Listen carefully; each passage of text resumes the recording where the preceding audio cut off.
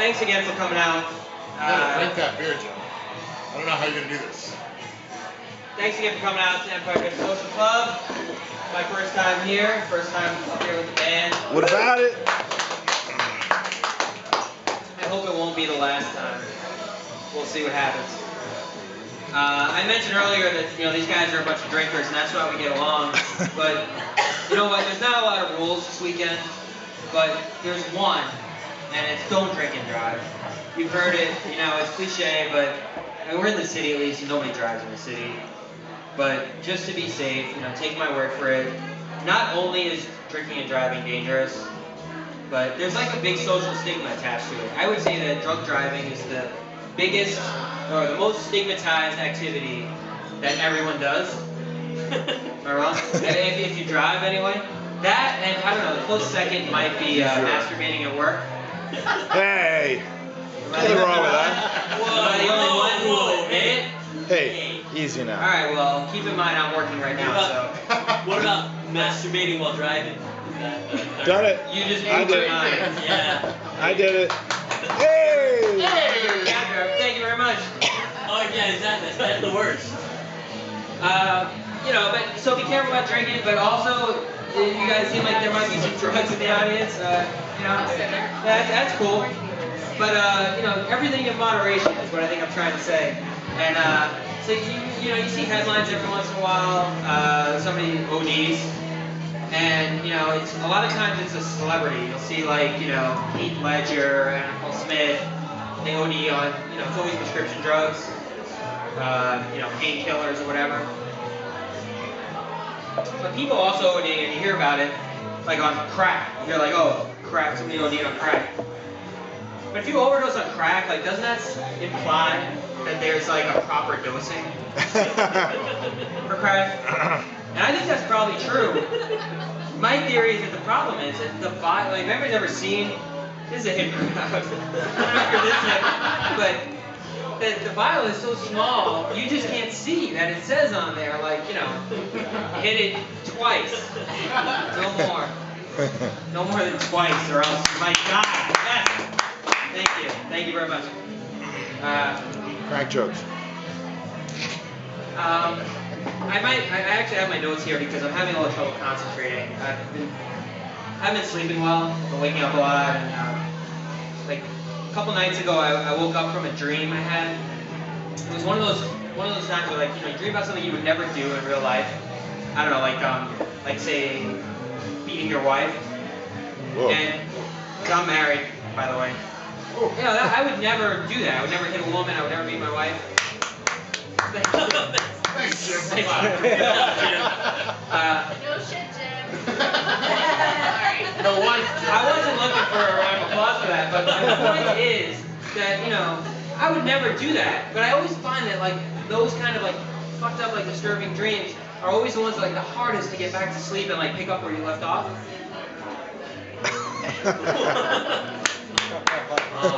Whoa. It's like all of a sudden I'm at a battery. Too soon, dude. Too soon. Too soon. No, it's okay. There's newlyweds here. So I mentioned I'm married. I do think about sex a lot. I'm a guy. And give you an example or give you an idea. When I go to Subway, I get really excited watching two girls work on my sandwich. Let's say You should say foot long. Chipotle sauce. 6 inch. If they ask me to that kills us actually. But then I get to the cashier and it's always the same. It's like, oh, sir, would you like the combo? I was like, isn't that what I just got? Combo. Girl is working on the sandwich. Don't you guys in the band wish you could like just pause for applause every like possible riff or whatever? No? Need rim shots, man. Yeah, that's right. Jim, get up. The rim shots on Somebody want to get up? I was saving that. We need some borscht belt going. All right, well, since we're talking about race and religion, one of my favorite people is Joe Biden. I just came here from DC today on the train, and everything in DC is politics and interns, as we touched on earlier. I love Joe Biden because he's hilarious. And I saw a headline, let's just say a couple weeks ago, and it said, Joe Biden addresses crowd with fake Indian accent. And my thought was, did they really have to include fake? And then, like, would anybody read that and be like if they left that out, anybody read that and be like, holy shit, Biden's Indian? How did they keep that a secret? Feather or dot? Let's check his birth certificate. Nice, Andy. I just love the fact that we have a black president and a racist vice president. That's a split ticket. That's how smart Obama is. He was like, I'll tell you what, we'll put Joe Biden on the ticket. We might even get a couple of racist votes. And he did. He will again. Now, I'm not racist. I know that because I've heard that racism skips a generation. In all honesty, that's not fair to my dad. He's just a product of where he grew up in the South, Brooklyn. I'm definitely not racist, but I have been accidentally racist. For instance, I did a show, and it was like a totally like black club, black crowd, and one of the guys in the audience was nice enough to take the video from me. And afterwards, I thanked him. And then a little while later, I was at the bar and I thanked him again. Only it was the wrong guy. Oh, wow. It was an accident, and I felt like shit, like I do right now after that reaction. And, until I felt bad about it until I was at a bar a few weeks later, and some guy came in, a black guy comes in, and he goes up to the bar back, and he says, "Hey man, you're Jose's brother, right?" And the bar back looked totally confused. He was Hispanic. He looked confused. He's like, no, he's really insistent. No, Jose's brother from, blah, blah, blah, it's from the place. And eventually, the bar back just, agreed with him. And so, basically, the question is, so, was he confused, or was he accidentally racist? Well, a minute later, the bartender, who was also black, called the bar back Jose. So that means either the first guy was accidentally racist, as I was, or the bartender just calls every Hispanic guy Jose. Because I'm pretty sure it's a universal thing, Jose does not have a brother named Jose. You follow me? I know that's a little bit kind of a long-winded explanation to defend myself.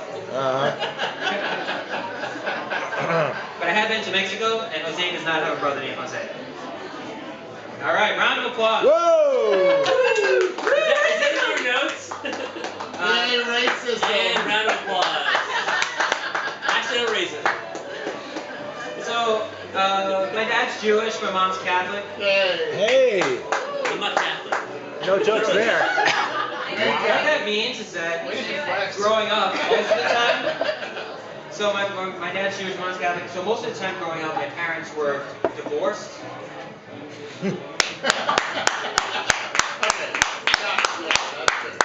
Thank you very much. That was good. I should probably leave. On that. That was good, yeah. Go get something to eat.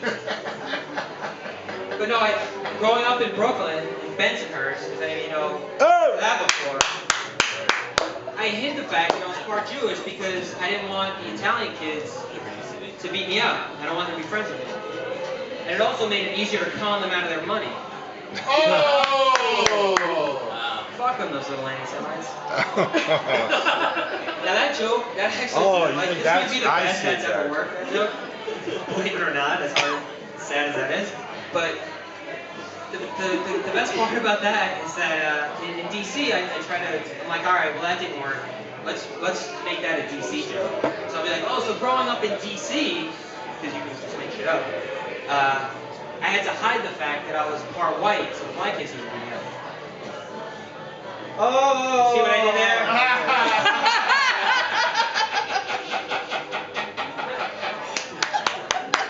Thanks, Dad.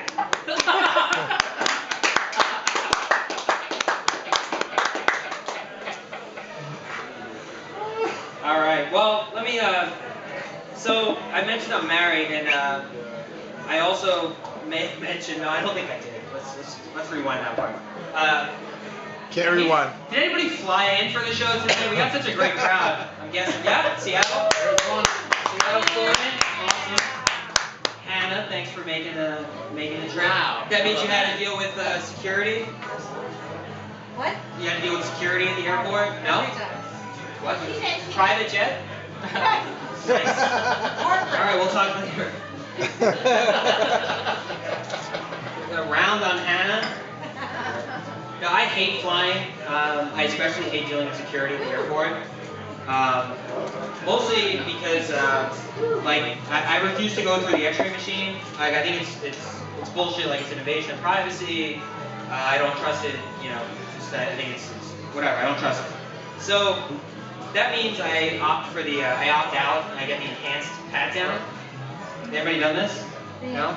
If you refuse to go through the X-ray machine, you get the enhanced pat down. I'm not sure if it's enhanced for their pleasure or yours, but I'm pretty sure that the blue glove is ribbed.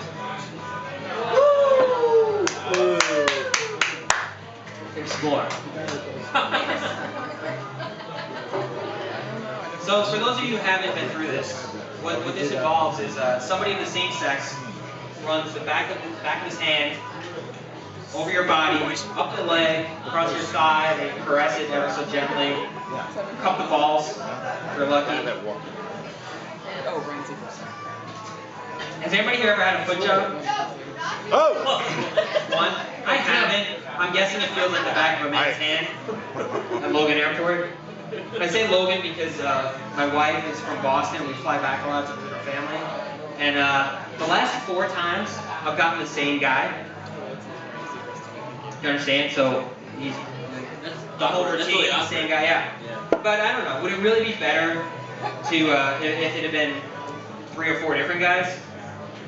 I don't know. Is it really going to be less gay if next time I'm like, listen, sir, I'm sorry, you had your turn. I want that guy. At this time, I would like to welcome back to the stage some guys with talent. $15. Oh, come on. Welcome again for coming out to Empire Vista Social Club. Yeah.